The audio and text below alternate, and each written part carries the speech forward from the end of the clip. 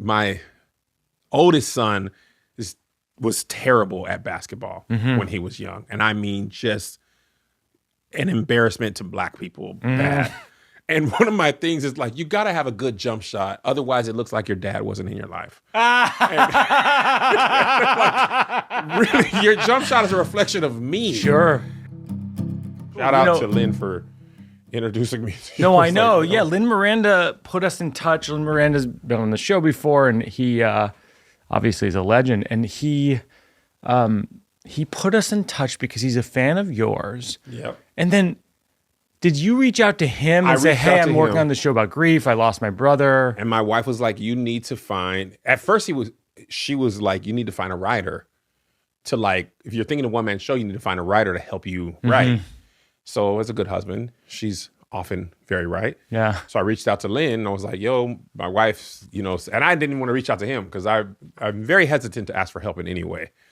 But I'm on a like closed mouths, don't get fed sort of thing. So I asked him and he was like, I actually don't think you need a writer. I think you need two things, a director and to watch Mike Birbiglia. And I was like, okay. So I watched all 4 of your specials and I watched your movie. And then I was like, I get it. Oh, wow. I get why he suggested that. And it was probably the best thing about this show was finding about you. That's amazing. And then we talked on the phone. Lin called me and said, hey, will you talk to Kev? We talked a couple times, had great chat about it. And then I saw the show in progress last night at Union Hall. It was so moving. I mean, it's a hard topic. It's a hard topic. It's a really... And you go for it. And I really go for it. Like when I was watching yours, you have hard topics, but you'll go in a place that it's way away from the topic and you'll come back. Yeah. I was like, okay, can I do this, but stay very close to the topic because I really wanted to go through it, and I have like a list. My version of this is on my iPhone. Yeah. And I have just like everything about how grief sucks, everything about what's unfair. And then I just threw it all in there. So earlier in the show, I was, trying every single thing. Yeah. And my wife was like, hey, man, can't be this long. Yeah. So as a comedian, you naturally like, well, you don't know what works until you try it out. Sure. Because I was trying what you suggested of like, I thought about like working it out at the clubs and stuff, but because the subject matter is so intense, I felt like it was really unfair to the audience and the comedians. Yeah. To have a regular set that you hear, dating, whatever, and then I'm like, hey man, my brother died, y'all. And then the next guy's gotta come up or the next girl's gotta come up. I was like, I feel like that's a little unfair to them on just like a regular thing where you're seeing 6 comedians. Yeah. And I felt like it gave me a better shot to have more time to like set the stage. Yeah. So I just kind of went and did it all. Wow. At one. I just worked on it ahead of time 1 million times, which I'd never done before. I'd always worked it out on stage. Yeah. And so then what you did last night at Union Hall, is that in progress or is that done? It's still in progress. Okay. I feel like pacing wise, that was my best pacing show. I'm still taking huge chunks out, putting things in. Still, like the ending, I didn't even have anything close to an ending. Some nights I just cried. And oh my God. Yeah. like 2 shows ago. Yeah. Like maybe 3 shows. I think in Portland, I was crying so hard. I just was like, thank you. And I walked off. And my brother-in-law, my tour manager was like, maybe you need to click away from the last video so you can kind of get your bearings a little bit. That's one of the things we talked about on the phone. Yeah. You were like, what do you do when you cry? Yeah. And I told you a thing that my director, Seth Barrett, said to me when I first cried on stage, 2008, when I did my first solo show, Sleepwalk With Me, which is about jumping through a second-story window, sleepwalking and all this stuff. And I cried, and I said to Seth, like, what should I do? He goes, well, that's what the theater is. Yeah. The theater is what happens on that stage, in that room that night. Yeah. And like last night you were crying and I was like, I was there for it. Yeah. I was like, I was choked up. I was like, this is a gift. Right. And I think one thing you told me that probably was the best advice in a sea of good advice. So thank you very much. Of course. I appreciate for somebody you didn't even know, you took time, you poured into me. It was just like, it was a godsend. But you were like, you should have at least 4 moments that you really allow yourself to not worry about the joke. Yeah. Which was the first time I've ever, as a comedian, you're always the joke, building up to the joke. Yeah. But in this show, it's not solely about the comedic aspect, even though it is. And once you gave me permission to cry, and that's kind of why I call it a one-man show versus a pure stand-up set. Because usually at a stand-up show or my shows, you wouldn't expect to cry. But I think with the subject matter, people understand. And often in the audience, people are crying too, or crying laughing, crying through tears, or just really crying. So I think it's such as a comedian and as an artist and an actor, it allows you to really, I kind of say like go into the character, but the character is me. Yeah. I was curious when I was watching it, when you had the impulse, because your brother died in 2022, and I was curious when you started to feel like, oh, I should talk about this on stage, and sort of, was there like a why?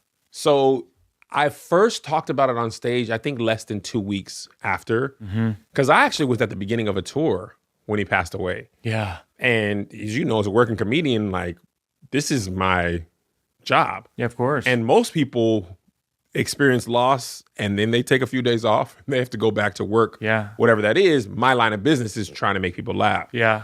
But it also is how I process the actual world as well. So it was like, one of the jokes in the show is the joke that I did about Nia Long.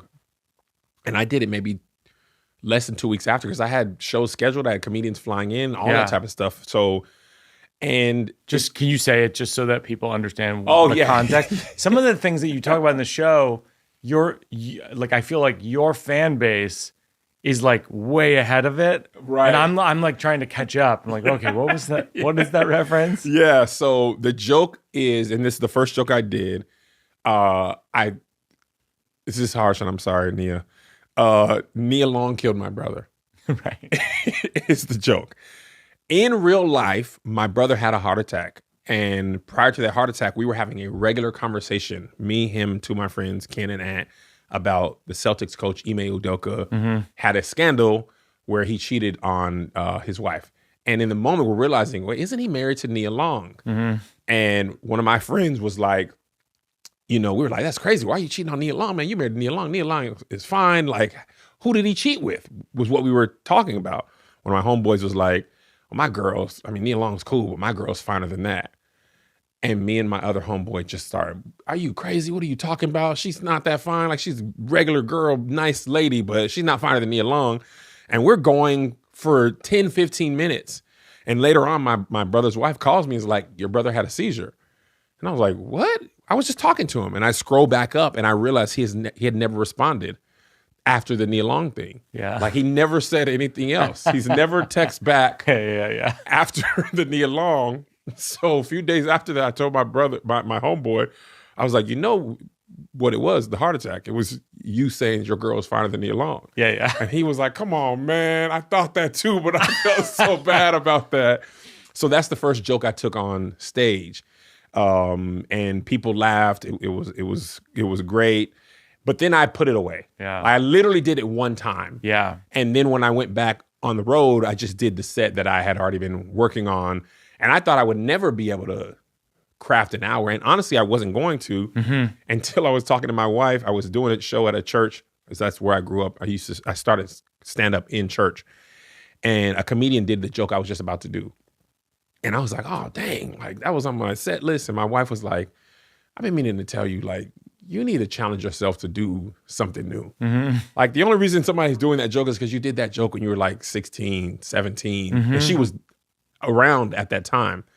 So she was like, I wanted you to challenge yourself to go hard, like, write something new, push yourself, even if it takes 6-9 months. You don't have to go on the road. Yeah. We're good. Like, push yourself to do something that nobody else is doing. Yeah. At first I was like, no, like, that's hard. I don't want to start from absolute scratch. Yeah. I could do I usually do 15, 20, often 30 minutes of brand new material. Yeah. But in a new hour, it's rarely like 60 minutes of brand new stuff, because I want to know some stuff works. Yeah. But I had that, and then another friend of mine was like, he had noticed I've done videos on grief all throughout the process. The funeral home, all throughout grief over the years. And he was like, I noticed every time you do a video on grief, it does really well. But more importantly, in the comments, people are like, yo, thank you. I've been needing this. You're able to bring comedy to this in a way that I haven't seen. He was like, would you consider doing a whole hour on that? And like those two things, my wife and his suggestion kind of became the idea of like, can I do a whole new show on grief?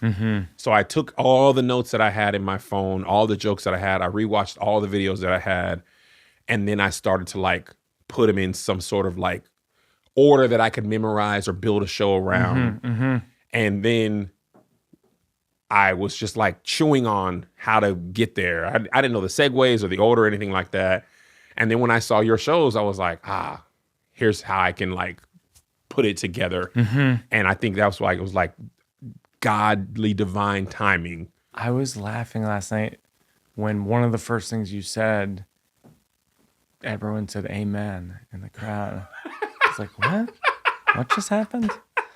What do you say? I don't even remember what I said. Do you say, can I get an amen or something? I think I said it last night. That was the first time I did that, though. That was cool. Yeah. I've never witnessed that at a comedy show. I was like, what is happening? That's like, so funny because it happens so often at my shows. But I have a huge amount of my audience is Black church people. Yeah. Because that's how I grew up and that's how I started. Because you started in churches and you've performed in churches through the years. Yeah. Is your material ever too much for your own audience? I don't think so, because I like started in churches, but I honed my craft in comedy clubs. Yeah. And that was not church, not,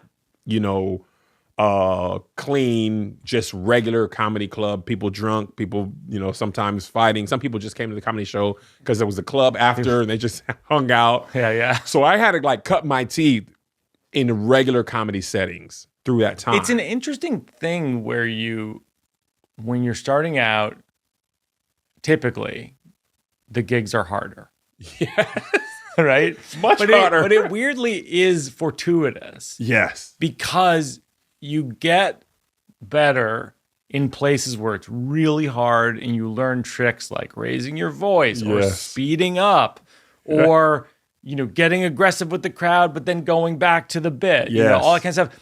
And it's kind of good in a way. For sure. And it also kind of weeds out people who weren't meant to be comedians. I couldn't agree more. Because you're just like up there like, man, what the hell am I doing? Like, There's what is going on? There's definitely moments of what the hell am I doing? Yeah, you're just like having to navigate. I remember I mishandled a heckler so bad because early on I was like almost a hometown favorite because I was from Tacoma. Yeah. I had like friends in the audience, people from my church. And so one of my first times performing out of LA and not in the church, I got heckled and I had never been heckled before. So I was just like personally offended. Yeah. And I was angry and I had no experience. So I was like, there was an older lady and I'm so sorry, ma'am, to you. I never got a chance to see you again. And I was just like, that's why you look like a dead wolf. Oh, God. And you look like my dead grandma. I was just like going, and I remember Nate and BT Kingsley were backstage. They pulled me aside. They were like, hey, man. That's a little too much. That's like, you never want to go at a heckler that hard. Sure. Your ideal preferred method is to get the crowd against them. Yeah. So you want to get the crowd on your side and the crowd will weed them out. He was like, you can never take it that personal. You didn't even have a joke. Right. You just yelled at that lady she was a dead wolf. There's no comedy there. And I was like, it's like the lightest touch that actually will direct the audience to disapprove of the heckler. Yeah. You need the audience to shame them without losing your cool. It's such a weird kind of like village mentality. And it's not unlike, or a village or a church or just any group of people where you're like, okay, we need to get the energy on that person being the problem versus me being not good. Because if you mishandle it, then the audience directs it all at you. Oh, yeah. And it's that quick beat. So I was like, oh, okay. So I just had to go back to Washington like, that did not go at all how I planned, you know? But like you're saying, I think it's so important for comedians to go through all that because it's all of that is like something added to your toolkit. And I think stand-up is one of the things you can't really cheat. You have to put the hours in to be really good because it's each of those scenarios that makes you good. And also the audiences don't lie. Right. Like when you bomb, you're bombing. They're bombing. And the crowd wants to laugh. They do. And celebrity can't save you. No. Nothing can, because laughter is involuntary. I think it was Seinfeld who said like celebrity saves you for about 2.5 minutes, 3 minutes. Yeah. And then they're like, okay, is this good or not? 5 at the most. Yeah, 5 at the most. Sure. I remember one time I bombed and I was well into my career. I was doing Keep Your Distance. During COVID, I was doing outside shows. Mm-hmm. And so it was going well because we were performing to the crowd there and then we would stream it live. Mm-hmm. And this one particular show, we weren't streaming live. We were basically tape delaying it. And I made the mistake of performing to the camera crowd and not the crowd that was in front of me. Mm-hmm. And as I'm talking, I realized, oh my God, I'm bombing. Yeah. In front of only family and friends. And I'm like making eye contact. Yeah. I remember Tony Baker, one of my close friends, great comedian, I made eye contact with him, and he was just like, hey man, I can't help you. This is not working. You're bombing. I look at my wife and she's just like, It's weird because you want, like everyone who writes into the show or asks me for advice, I'm sure asks you for advice. The biggest piece of advice is you have to do it and fail, which is not fun to give as advice even. Right. It's so. And you just see this glazed look on people's face. They're like, wait, what? Like, yeah, you have to fail like a lot of times. And fail epically. And like still, like I still go to clubs all the time with new stuff and oh wow, that's not hitting at all. In my head, that was great. That's one of the worst feelings because I feel like stand-up is one of the only art forms where you really don't know if it works until you try it. If you're a dancer or you're a musician, you know what a good note sounds like. You know what a good song sounds like. I think so. But a joke, it's all funny to us when we write it down. But some stuff just does not relay well. And it's a hard thing to have to bury that joke that you had high hopes for that goes nowhere. Do you ever have a viral thing that you didn't see it coming? You kind of put it out because you thought it was a little bit funny and then it just caught? Yeah. Like, what do you have that with? It's so funny because it's the things that I care the least about and put the least of thought into. I did a joke about Oreos because my trainer was telling me, I was trying to lose weight for the millionth time. And my trainer was telling me, I was like, well, I can't eat anything. I can only eat celery and lettuce. And he was like, you can eat whatever you want. I was like, I can't eat Oreos. He's like, you can eat Oreos, just eat 2. Yeah. And I was like, what kind of sociopath eats 2 Oreos? Like, nobody has the control. Like, I eat 2 Oreos on my way to the couch to really eat Oreos. Yeah. Is my joke. As a preparation for those Oreos. Those are travel Oreos. That's right. Those don't even count. Like, I'm lucky if I can eat 1 sleeve of Oreos. No, are you kidding me? Yeah, like if you're going to eat Oreos, just eat Oreos. Yeah. So, I mean, I did that joke and it was like millions of views. That's so funny. And it was like like a throwaway. It was like, yeah, dog, this is what I think about all the time. Right. This is literally my inner monologue. Yes. And like, yeah, caught. It was just a passing time joke to something else. Yeah. And that's the thing about the internet. You just never know what. Often relatability is more important than funny on the internet. That's right. Even like the Frank Sinatra thing that you were talking about. With Mulaney, yeah. Yeah. The fact that you didn't think that was funny. No, I know. And I think it's funny. I don't know where to go with it. I'm just like, what is this exactly? Fat pigs is where you go. You don't have to say No, I know. There's something about that. Because people are not supposed to say those things. And celebrities nowadays wouldn't say that. Yeah. No, I know. It's right.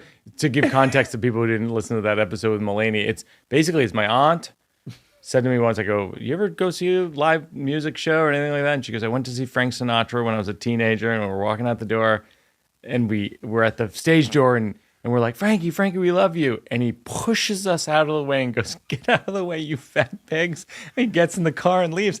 And it's like so stupid. And I think it gets people's, literally like Kimmel texted me about it and just goes, that's the funniest thing I've ever seen on your podcast. Because they still loved him after. They still love him. I think that's what makes it funny. It's sadistic.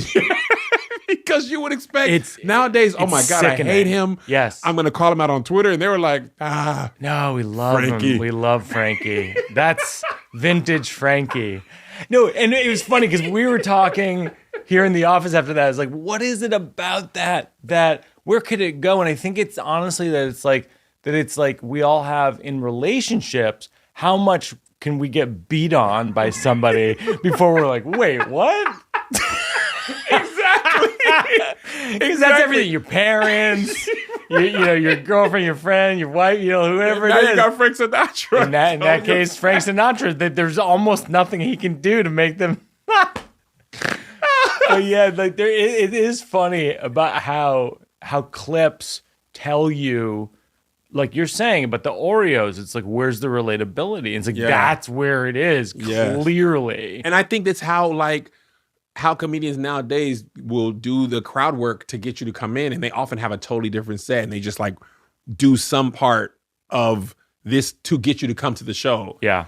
And I think that's the thing. Like, I chopped up my whole show that time, and the Oreo clip was by and large the funniest thing that went viral. Yeah. The other thing was talking about my kid loving anime. And I actually did work on that joke, but these things were like, they're not. What was the anime thing? So my oldest son was terrible at basketball when he was young. And I mean, just an embarrassment to black people. Bad. And one of my things is like, you got to have a good jump shot. Otherwise, it looks like your dad wasn't in your life. Like, really, your jump shot is a reflection of me. Sure.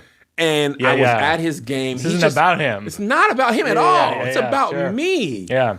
It's either I'm not a part of your life or I'm so not a part of your life that you're NBA level good. That's so funny. But if you're in the middle, then your dad just sucks at sports. That's right. It's almost like you can't even let him play basketball. It's better off for you to not touch the court than to have a terrible jump shot. Sure. So I used to tell this joke because when he was really young, he's not this bad anymore. When he was young, he just loved basketball, but he was awful at it. And he was at a game and he shot a free throw and his arms crossed like this. That's and great. He jumped. That's great. He jumped. Free throw, arms crossed, jumped. Crossed. Wow. And I was in the stands like, oh my God. And we live in LA, but majority Hispanic people. So I'm the only black, he's the only black kid on the team. Right. I'm the only black parent in the stands. So I can feel all the parents and all the kids like, well, there's his dad. So he stinks. He stinks.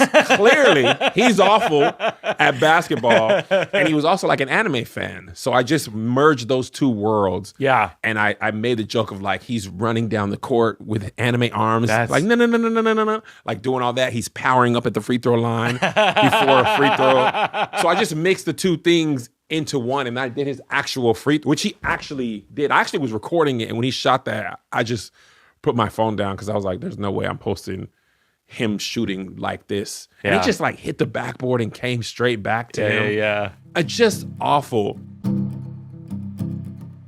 Do people think of you as a quote unquote Christian comic because sometimes you're at churches performing? I have this problem often. I don't consider myself a Christian comic. I consider myself a comedian who's a Christian. Mm-hmm. I purposely don't want to be considered a Christian comedian because it's setting you up for material you would not be prepared to see if you see me, especially outside of a church. But some people do.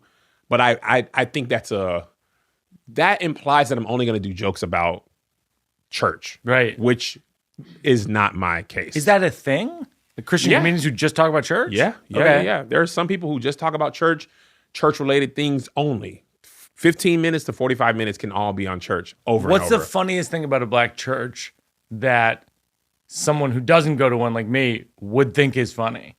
Oh, one of my favorite jokes. I had a pastor who was really young for a pastor. He was like late 30s, and he could preach about anything.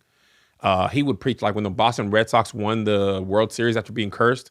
He had an amazing message about like God is breaking curses. And as a sports fan, I was like, this guy's the best. He's like amazing. So one of the jokes that I used to do, and I still can do a version of it anytime, is I can preach about anything. I can preach about The Lion King or Toy Story, and I can take just the plot of the movie and make you feel like you're in church. Yeah. So I would be like, there was a there was a toy, and his name was Woody. and there was a new toy that joined the group, and his name was Buzz Lightyear. Mm-hmm.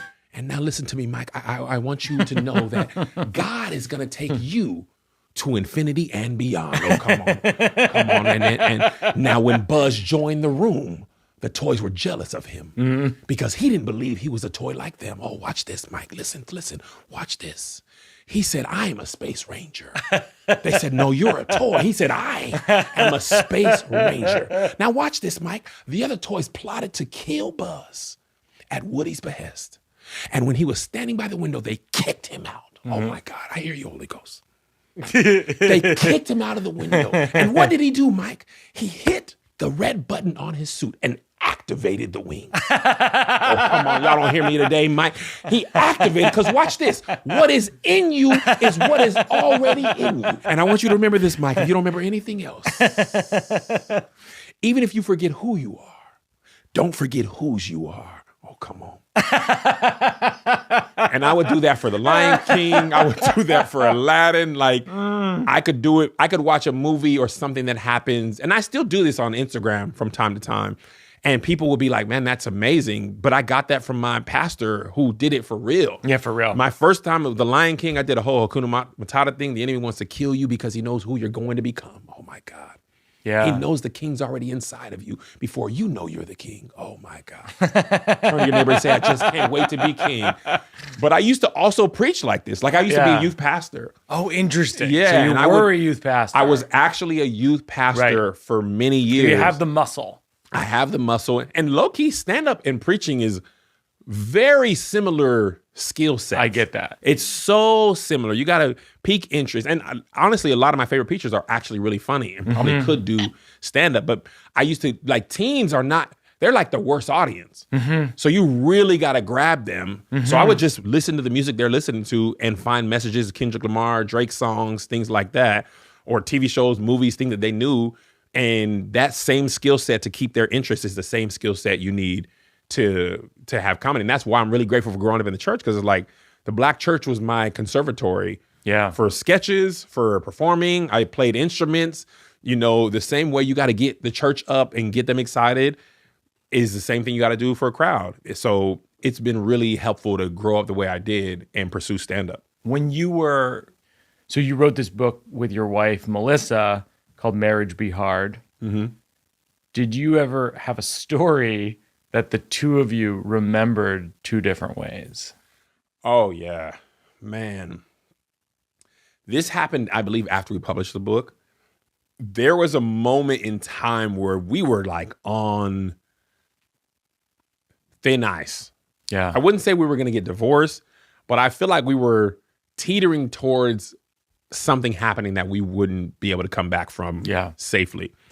And this was during COVID, which I think a lot of marriages were harder during that time because we were all kind of unused to being around each other that much. Sure. And felt kind of guilty for like, I kind of don't want to be around you. Sure. That feels bad to say, but we weren't around each other because of work and travel and all that stuff. So anyway, one night we were just, tension was really thick. We had a 2-story house and I feel like we could feel it through the floors. And at like 2 a.m, she was like, I'm leaving. I'm going to go to a hotel tonight. Oh, wow. And she got in her car. I was upstairs. She was downstairs. She got in her car in the garage and was booking a hotel and was like waiting for the garage door to open and she was going to drive off. And I ran outside in our neighborhood in just my drawers. And you know, I'm 270. My belly's hanging over the underwear. I'm ashy. My feet are scraping the ground. And I like cried, begged, R&B video from the 90s, yearned. And we stayed in the car till like 4 or 5 o'clock in the morning. And I was just like, I can't let you go. Yeah. Because I remember her parents got divorced. And one of the things they both said separately is, I wish the other would have fought for me. Oh. And I remember being like, I don't want her to think I want her to leave. Yeah. If she's gonna, I can't let her go. Yeah. to her, I'm being over dramatic. Her version of that story is like she was thinking about leaving. She was really wasn't going to leave. She was just seeing if I would come. And in my life, she was dry. In my story, it's raining now. It's just like, and I'm like, baby. Oh, yeah, sure. Like, I'm in You're a music singing. video. I'm Sure. singing now. Yeah. Neighbors are peeking There's a out their backing windows. track. Like, Sure. every year the story gets a little bit bigger. But the truth is, she was ready to take a break. And also, she was going to the Courtyard Marriott. And I just felt like, if you're going to take a break from me, at least go to a respectable hotel. Yeah, sure. You can't go Courtyard, Simi Valley. Yeah, we don't need a half kitchen. Come on. Yeah, sure. Residence Inn? Like, go to the Waldorf. At least tax me. If you're going to leave Kev on stage, you can't go to no DoubleTree. It's funny that she admitted that she wanted you to fight for her. Yeah. That's a thing. That's a thing. That's a thing in a relationship. That's a thing. Sometimes people want you to have a little... I want to feel wanted. A little fight in you. And fought for the love. Yes. Yeah. You want to feel like... What is that? I think in some maybe twisted way, we need to feel desired, even if we need to create the scenario where you should not be desired. Like in theory, if you say, I'm leaving you, I should let you go and be an independent woman. But what you really want is we all want the rom-com running to the plane, meeting you at the gate, train station. Yeah. Like Hollywood has infiltrated our minds and we want to know that you won't let me go. I think that's part of it. I think also part of it is just like when you feel bad about yourself, you feel like you're not fighting for yourself. You're like, well, maybe this person will fight for me. I like that. Yeah, that kind of energizes you, I think. I agree. Like if I don't have enough fight, will you fight for me and give me, someone's got to fight.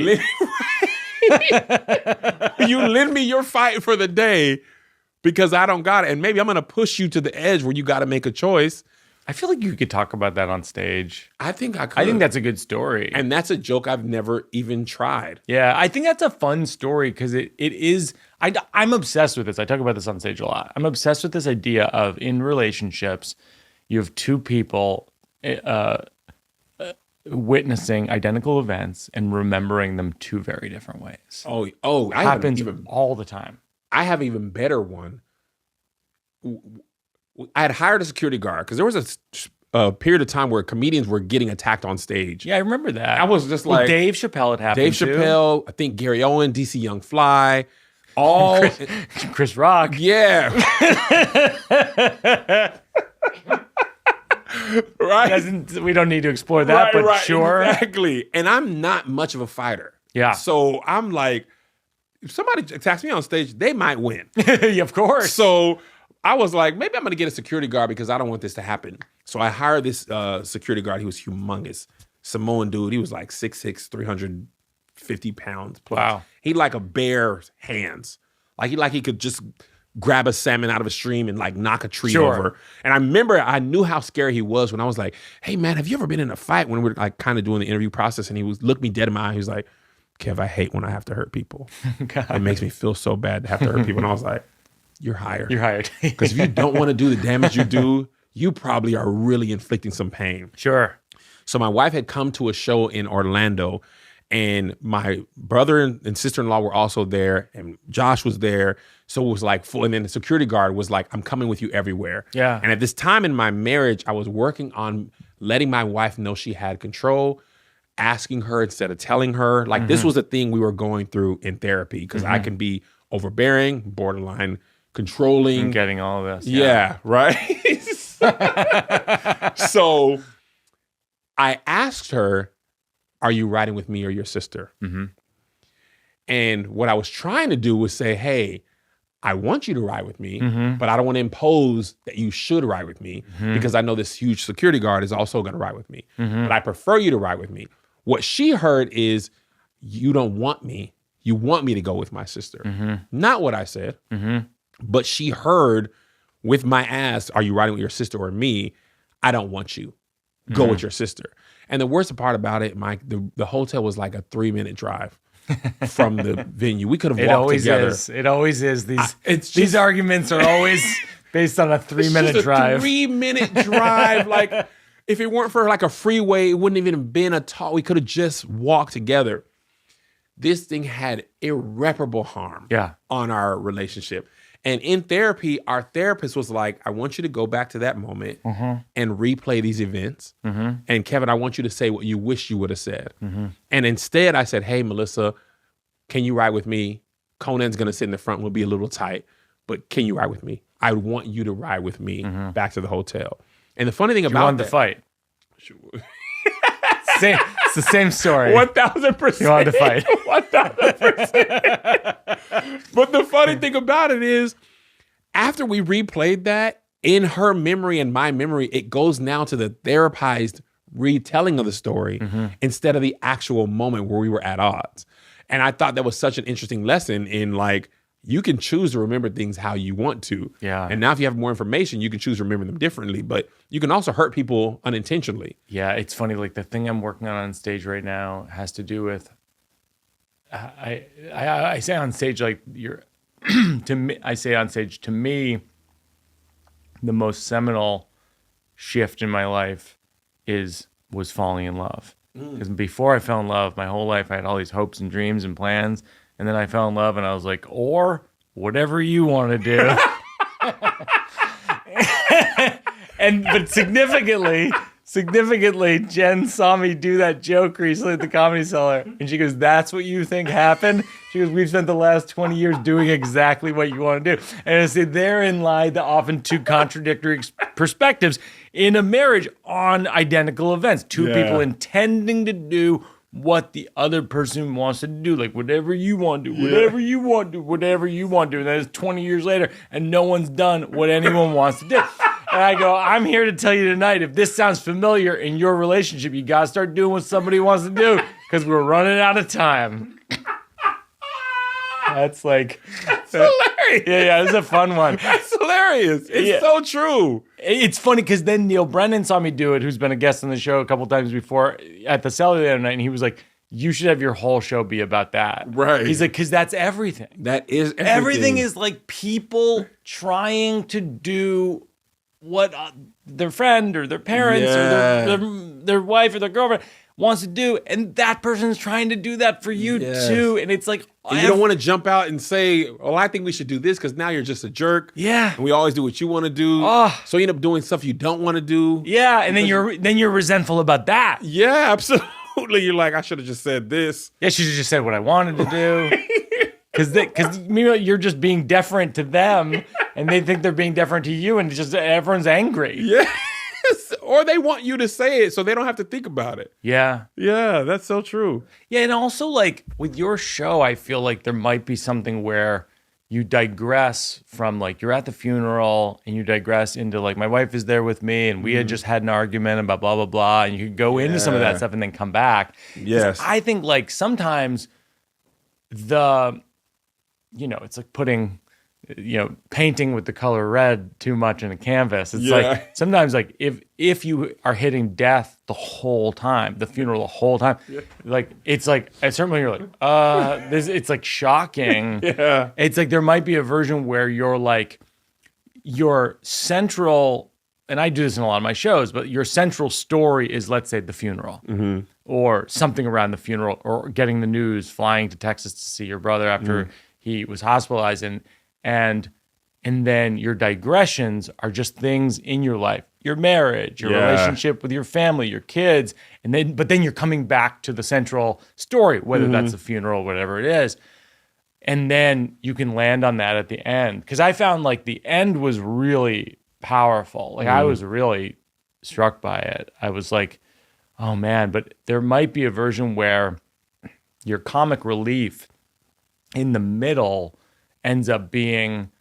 about really just random things that are in some ways correlated to what happened on that day. Yeah, I thought about that in an earlier version of the show. I had, like, right before I tell that story about my grandma, I had a story about when my grandma took me and my sister to Vegas for the first time on vacation. She made us sign a notarized contract that said we wouldn't act up. And I didn't know what a notary was at the time. Your grandmother? My grandma took my sister and I to Vegas and made us, she wrote a contract. When you were kids? When I was a kid. Like, to like circus. Why would she do that? We always, For whatever reason, she loved Vegas, and Circus was the only hotel we went to. Yeah. We would do the whole Midway, and then they built that dome, and then they would eat at the like Caesar buffet, and that would be it. She didn't even gamble that I know of. Now I don't know. Maybe she was, y'all go to bed, and it was a different route. I don't know what she was on. But the first time she took me and my sister, she made us sign a notarized contract that said we wouldn't act up. And I thought it was interesting because it was like, if we acted up, you were going to whoop us, contract or not. So what was the reason for going through the fact that we literally did the thumbprint, went to a notary public's office, all that stuff. So I told that story right around the time I talk about her on stage, but I found that it didn't really go anywhere. Yeah. It wasn't, I don't know if it was funny enough or it didn't connect enough, but I just ended up taking it out. Was she at the funeral? She was at the funeral. Yeah. So that maybe is a way to digress out, tell a story about you got to understand this thing about my grandmother when I was a kid, blah, blah, blah. Yeah. And then you circle back in. And Ideally, like all of those component parts can come back in the end. Right. It's like in the final scene of the show. Like a lot of times that's how I build shows is like the final scene, let's say it has your grandmother, it has your wife, it has your sister-in-law, etc., and that all of that comes back in. Like oh my God, I was dying at the thing about your sister-in-law was killing me. He's dead. He's dead, Tori? Tammy. He's dead, Tammy? He's dead, Tammy, yeah. That made me laugh so hard. And it was actually kind of like, so it was basically like, God, do you not want to, I don't want to put you on the spot. No, because it's part of the show, but like, it was basically like your sister-in-law showing up at your brother's body. Yeah. And having this very extreme reaction. For sure. Yeah. And it, Mike, she was almost like in funeral mode. Yeah. You know, Black people, we are very expressive people. And she was like, she was not happy with how he was being presented. And she was pissed. Yeah. He doesn't look right. His color's off. He's, this and that. And my grandma, she just don't want to hear it. Yeah. She gets sick of things quickly. Yeah. So she's like, his color's off. And my grandma's like, he's dead, Tammy. He's dead. That's why he looks like that.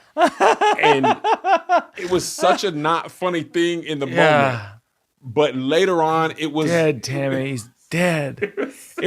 You make this point in the show that I think is such a great point with just like, those are the funny things in life where it's like in the moment, it's totally not funny that your grandmother's like, he's dead, Tammy, he's dead.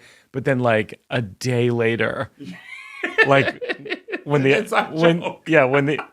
ice cream is melted by the time it gets to your house or whatever, you're like, he's dead, Tammy, you know. But it's like I love that piece of the show because it breaks apart the anatomy of what is funny and why. Yeah. And I think that's the best part of comedy is like good comedians can find things funny where you would be like, there's no way. There's nothing there. There's nothing there. Yeah. And I feel like people give you extra credit. If you can find the humor in that, they're like, okay, now this guy's good. Yeah, sure. This lady really knows how to, because I wouldn't think there's anything funny about that. Yeah. But it's all in the like, that's why I always say people like, comedy, you're getting canceled. And you can talk about anything. Yeah. You just have to be really good and really smart and willing to do a lot of work to get away with something. You got to understand how that community acts, who can say what's punching down, what's punching up. But a lot of times people get in trouble, they just have a really lazy joke. Yeah. That they haven't even tried to work out, or they don't care about that community, they care to understand what makes something funny. I think that's true. And I think it's like, if a comedian is pushing too far and the person defending that person is like, no, but look at how they land the plane. Right. And they explain like, then he says this, and then he lands at the end. It's kind of like, oh, okay. Exactly. But if they don't land the plane is where it gets really dicey. 1,000%. I also think part of that is there's stuff you can get away at your live show with context. Completely. that does not translate out of context on a clip. So I think that's the disconnect between a live show and the internet. The dicier the material it is, the more it needs to be interpreted through the lens where it was originally given. Yeah. The final thing we do is working out for a cause. Is there a nonprofit you like to contribute to? We will contribute to them and link to them in the show notes. Oh, wow. Oh, I know Storm DeBarge. She's a black dancer in LA. She's just starting a dance program to basically have an after-school program for kids in LA to basically have somewhere to go and learn dance after school. Oh, that's great. I will find her. She's literally starting this this week, and she has a Zelle, and I'll get that from her. Amazing. All right, because she's amazing, and I think that's so important. I think after school, sometimes just after school activities for kids, just having something to do after school that you're looking forward to can stop so many negative aspects of crime, violence, whatever. Sometimes something as simple as dance, boxing, sports. I think that's fantastic. Yeah. And I think also just I love it when people pick nonprofits where it's like a personal, and they know the person's doing a good job. Yes. And it's like, and I know it's going to go directly to kids in LA. It'll go directly to kids. I think that's fantastic. Thanks, Kev. This has been so fun. Thank you. Thanks for coming on, and I'm thrilled to see where the show goes because I think it's fantastic. And I appreciate you for coming. Appreciate you for your help. The fact that you really came, I asked my team. I was like, "Did Mike come?" And my brother-in-law was like, "Was he the white dude?" And I was like, "Yeah." He was like, "He came." Wasn't that many white dudes at the show? It was me and the bartender. So thank you for that. You were easily identifiable. He was he came. I saw him at the back. Is it the white dude with the notebook in the back, scribbling furiously and trying to get some light with his phone to write notes? Exactly. He was like, he came. I got 2 pages of notes right here. Wow. It's amazing, man. It's beautiful and it's a real gift. You're giving a real gift to your audiences by what you're doing. Thank you. I appreciate it.